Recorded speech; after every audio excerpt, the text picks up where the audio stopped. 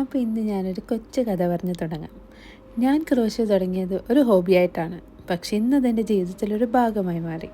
ആദ്യമായി ക്രോഷ്യം ചെയ്യാൻ തുടങ്ങിയത് സ്കൂളിൽ പഠിച്ചപ്പോഴാണ്. അന്ന് ഇതൊരു തമാശയെ തുടങ്ങി. ഇപ്പോൾ എൻ്റെ ജീവിതത്തിലൊരു ടേണിംഗ് പോയിൻ്റ് ആകുമെന്ന് ഞാൻ വിചാരിച്ചതേയില്ല. ഒരു ചെറിയ ത്രെഡും കൊണ്ട് അവിടെ ഇവിടെയൊക്കെ ഓരോന്ന് ഉണ്ടാക്കി വെക്കുന്നതായിരുന്നു അന്നത്തെ എൻ്റെ പണി. അപ്പോഴൊക്കെ വീട്ടിൽ ചോദിക്കുമായിരുന്നു, ഇതൊക്കെ ഒന്ന് പൂർത്തീകരിച്ചൂടെ എന്ന്. പണ്ട് തൊട്ടേ എനിക്ക് ഓരോ സീസണിലും ഓരോ ഇൻട്രസ്റ്റ് ആയിരുന്നു.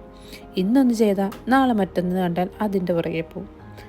ഈ ക്രോഷ്യ ചെയ്യുമ്പോൾ നമുക്ക് മനസ്സിന് കിട്ടുന്ന ഒരു മെൻ്റൽ സാറ്റിസ്ഫാക്ഷൻ ഉണ്ട്. അതാണ് എന്നെ ഇതിലേക്ക് കൂടുതൽ അടുപ്പിച്ചത്. അന്ന് ഞാൻ മനസ്സിലാക്കി, ക്രോഷ്യ എന്നത് ജസ്റ്റ് ഒരു ക്രാഫ്റ്റിംഗ് മാത്രമല്ല, അതൊരു തെറപ്പിയും കൂടെയാണ്.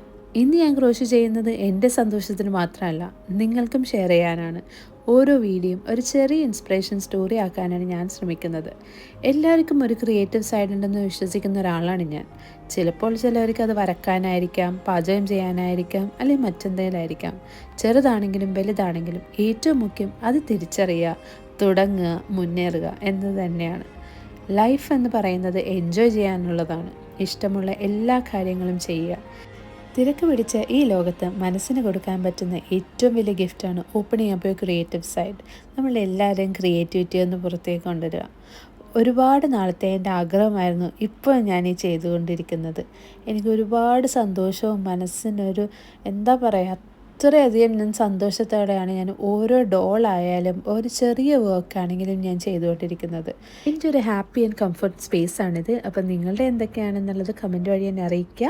അപ്പോൾ സബ്സ്ക്രൈബ് ചെയ്യുക.